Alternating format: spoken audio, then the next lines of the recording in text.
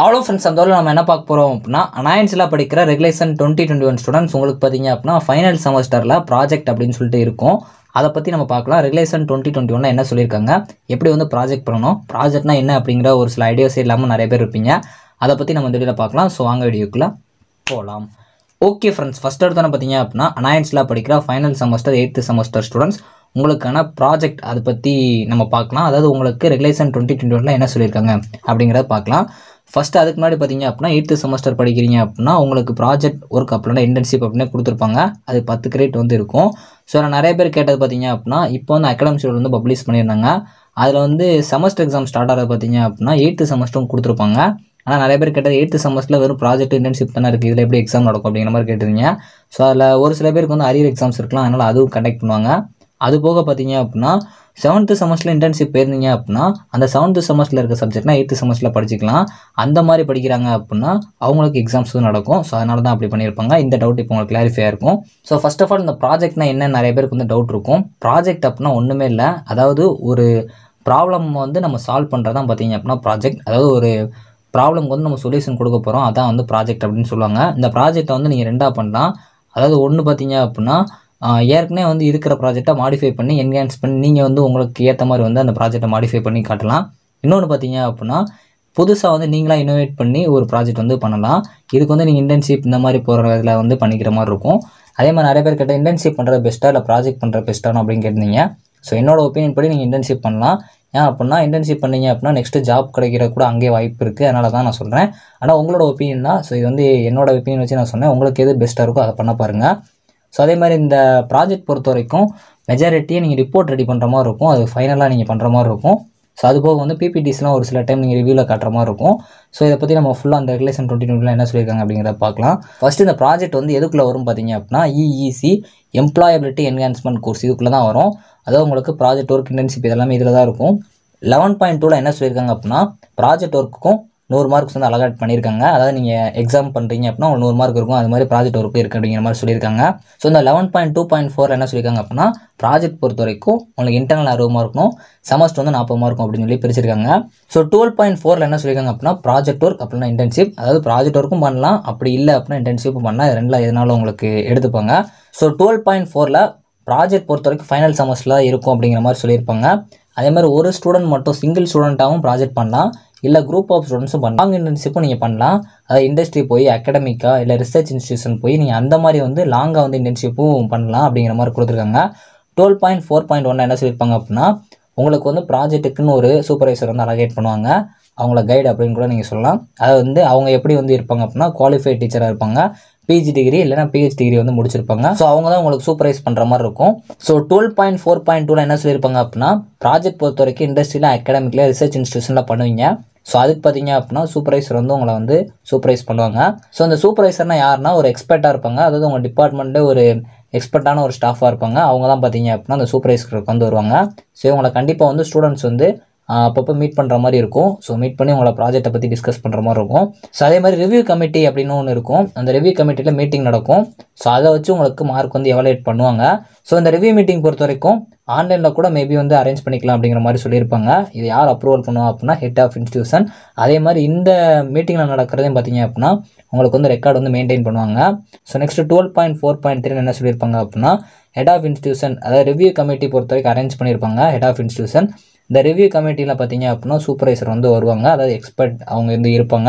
அதே மாதிரி ப்ராஜெக்ட் கோஆர்டினேட்டரும் இருப்பாங்க, அதுவும் வந்து உங்கள் டிபார்ட்மெண்ட்டில் தான் இருப்பாங்க. இந்த ப்ராஜெக்ட் கோஆர்டினேட்டரையும் எக்ஸ்பர்ட் மெம்பரையும் பார்த்தீங்க அப்படின்னா சூப்பர்வைசர் அப்படின்னு சொல்லுவாங்க. இது போக வந்து அல்டர்னேட்டிவாக ஒரு மெம்பரை வந்து அப்பாயின்மெண்ட் பண்ணியிருப்பாங்க. சப்போஸ் நீங்கள் வந்து ஒரு இண்டஸ்ட்ரியல் ப்ராஜெக்டாக பண்ணுறீங்க இல்லை இன்டர்ன்ஷிப் போகிறீங்க அப்படின்னா அதுக்கு வந்து ரிவ்யூ கமிட்டி இருக்கும். ஸோ அது வந்து உங்களோட சூப்பர்வைசர் தான் பார்த்தீங்க அப்படின்னா கன்சிஸ்ட் பண்ணுவாங்க. அதே மாதிரி இந்த கோஆர்டினேட்டர் அப்படின்னு சொல்லுவாங்க, அதாவது இண்டஸ்ட்ரிக்கு போகிறீங்க அப்படின்னா அங்கே ஒரு கோஆர்டினேட்டர் இருப்பாங்க. ஸோ அவங்களும் ப்ராஜெக்ட்னு ஒரு கோஆர்டினேட்டர் உங்கள் டிபார்ட்மெண்ட்டில் இருப்பாங்க. ஸோ அவங்க தான் பார்த்தீங்க அப்படின்னா உங்களுக்கு மார்க்ஸ்லாம் எவாலுவேட் பண்ணுற மாதிரி இருக்கும். ஸோ உங்களுக்கு மொத்தம் 3 ரிவ்யூ வந்து நடக்கும். ஸோ இது யார் கண்டக்ட் பண்ணுவோம் அப்படின்னா ரிவ்யூ கமிட்டியில் தான் வந்து கண்டக்ட் பண்ணுவாங்க. ஸோ இது எல்லாமே பார்த்தீங்க அப்படின்னா நீங்கள் வந்து அந்த டைமில் உங்களுக்கு ப்ரெசென்ட் பண்ணுற மாதிரி இருக்கும். அதாவது ஒரு பிபிடியோ இல்லை ஒரு பிடிஎஃபோ நீங்கள் ரெடி பண்ணி அந்த ப்ராஜெக்ட் பற்றி எக்ஸ்பிளைன் பண்ணுற மாதிரி இருக்கும். ஸோ 3 ரிவ்யூவும் பார்த்தீங்க அப்படின்னா உங்களுக்கு 60 மார்க்ஸ் வந்து கொடுப்பாங்க. ஸோ இந்த 60 மார்க்ஸில் சப்போஸ் நீங்கள் பாயிண்ட் மார்க் எடுக்கீங்க அப்படின்னா அதை ரவுண்ட் பண்ணிடுவாங்க. இப்போ ஒரு 56.7 இருக்கீங்க அப்படின்னா 57 அப்படின்ட்டு ரவுண்ட் பண்ணிடுவாங்க. 12.4.4 என்ன சொல்லியிருப்பாங்க அப்படின்னா ப்ராஜெக்ட் ரிப்போர்ட் பொறுத்த வரைக்கும் உங்களுக்கு மேக்ஸிமம் வந்து 10 மார்க்ஸ் கொடுப்பாங்க. ஸோ ப்ராஜெக்ட் ரிப்போர்ட்டை வந்து நீங்கள் சப்மிட் பண்ணுற மாதிரி இருக்கும். அதுக்கு ஒரு சில கைட்லைன்ஸ்லாம் கொடுத்துருப்பாங்க. அதுக்கேற்ற மாதிரி நீங்கள் அதை ப்ரிப்பேர் பண்ணுற மாதிரி இருக்கும். ஸோ அதே மாதிரி ஒரு ஸ்டூடெண்ட் வந்து இந்த ப்ராஜெக்ட் ரிப்போர்ட் பண்ணுறாங்க அப்படின்னா, இப்போ நீங்கள் ஒரு குரூப்பை வந்து 4 பேர் சேர்ந்து ஒரு ப்ராஜெக்ட் ரிப்போர்ட் ரெடி பண்ணுறீங்க அப்படின்னா, அந்த குரூப் ஆஃப் ஸ்டூடெண்ட்ஸ்க்குமே பார்த்தீங்க அப்படின்னா இண்டிவிஜுவலாக தனித்தனி மார்க்ஸ் வந்து சேமாக ஒரு ஸ்டூடெண்ட்க்கு என்ன மார்க் கொடுக்காங்களோ அந்த குரூப்புக்கு அதே மார்க்ஸ் தான் அந்த 4 பேருக்குமே வந்து கிடைக்கும் அப்படிங்கிற மாதிரி சொல்லியிருப்பாங்க. ஆனால் அந்த வைவோ வைஸ்க்கு மட்டும் பார்த்தீங்க அப்படின்னா 30 மார்க்ஸ் இருக்கும். ஆனால் இது எல்லாமே பார்த்தீங்க அப்படின்னா நீங்கள் ஒரு 4 பேர் குரூப்பாக இருக்கீங்க அப்படின்னா உங்கள் எல்லாருக்குமே இண்டிவிஜுவல் பெர்ஃபார்மன்ஸ் வச்சு தான் உங்களுக்கு மார்க்ஸ் வந்து அலகேட் பண்ணுவாங்க. ஸோ அதே மாதிரி உங்களுக்கு கண்டினியூ அசஸ்மெண்ட்னு சொல்லி இருக்கும். ஸோ எண்ட் செமஸ்டர்னு இருக்கும். ஸோ உங்களுக்கு இன்டர்னல் பொறுத்த வரைக்கும் 60 மார்க்கு, செமஸ்டர் பொறுத்த வரைக்கும் 40 மார்க்கு. ஸோ இந்த இன்டர்னலில் தான் பார்த்தீங்க அப்படின்னா உங்களுக்கு ரிவ்யூ 1, ரிவ்யூ 2, ரிவ்யூ 3ங்கிறது வந்து உங்களுக்கு அகாடமிக் ஷெட்யூலில் மென்ஷன் பண்ணியிருப்பாங்க எந்தெந்த டேட்டில் வந்து காமிக்கணும் அப்படின்னு சொல்லிட்டு. ஸோ அந்த டேட்டை பார்த்துக்கோங்க. ஸோ ரிவ்யூ 1க்கு பார்த்தீங்க அப்படின்னா 20 மார்க்ஸு, ரிவ்யூ 2க்கு பார்த்தீங்க அப்படின்னா 20 மார்க்ஸு, ரிவ்யூ 3 பார்த்தீங்க அப்படின்னா 20 மார்க்ஸு. அதாவது உங்களுக்கு இன்டர்னல் பொறுத்த வரைக்கும் 60 மார்க்ஸு, எண்ட் செமஸ்டர் அதாவது செமஸ்டர் எக்ஸாம் பொறுத்த வரைக்கும் 40 மார்க்கு. இதை வந்து 2ஆக பிரிச்சிருப்பாங்க. ப்ராஜெக்ட் ரிப்போர்ட்டுக்கு மட்டும் பார்த்தீங்க அப்படின்னா எக்ஸ்டர்னல் மார்க் நடக்கும், அதுக்கு வந்து 10 மார்க்கு. வைவோ வைஸுக்கு பார்த்தீங்க அப்படின்னா இன்டர்னல், எக்ஸ்டர்னல், சூப்பர்வைசன் இருக்கும். இது மூணுமே பார்த்தீங்க அப்படின்னா 10 மார்க்ஸ் வந்து மொத்தமாக 30 மார்க்ஸ் வந்து அலகேட் பண்ணுவாங்க. டோட்டலாக வந்து உங்களுக்கு 40 மார்க்ஸ் இருக்கும். அதே மாதிரி இண்டஸ்ட்ரியல் ப்ராஜெக்ட்ஸ் பண்ணுறீங்க, இன்டர்ன்ஷிப் போகிறீங்க அப்படின்னா உங்களுக்கு மார்க்ஸ் எப்படி அலகேட் பண்ணுவாங்க அப்படின்னா உங்களுக்கு வந்து சூப்பர்வைசர் இருப்பாங்க அந்த டிபார்ட்மெண்ட்டில், அதுபோல் ஒரு கோஆர்டினேட்டர் இருப்பாங்க இண்டஸ்ட்ரியில். அவங்க கொடுக்குற மார்க்ஸ் வச்சு உங்களுக்கு எவாலுவேட் பண்ணுவாங்க. சிம்பிளாக சொல்லணும் அப்படின்னா இந்த கோஆர்டினேட்டர் அப்படின்னு சொல்கிறவங்க பார்த்தீங்க அப்படின்னா நீங்கள் இன்டர்ன்ஷிப் போகிறீங்க அப்படின்னா அவங்க வருவாங்க. சூப்பர்வைசர்னு சொல்கிறது வந்து உங்களோட காலேஜ்லேயே வந்து இருப்பாங்க, அவங்கள வந்து சூப்பர்வைசர்னு சொல்லுவாங்க. ஸோ இந்த 12.4.5 என்ன சொல்லியிருப்பாங்க அப்படின்னா ப்ராஜெக்ட் ரிப்போர்ட்டை எப்போ வந்து சப்மிட் பண்ணணும் அப்படின்னா உங்களுக்கு அதோட லாஸ்ட் டேட் வந்து உங்களோட லாஸ்ட் ஒர்க்கிங் டே, அதாவது உங்களோட செமஸ்டரோட லாஸ்ட் ஒர்க்கிங் டே எப்போயோ அப்போ தான் நீங்கள் வந்து இந்த ப்ராஜெக்ட் ரிப்போர்ட்டை சப்மிட் பண்ணுற மாதிரி இருக்கும்.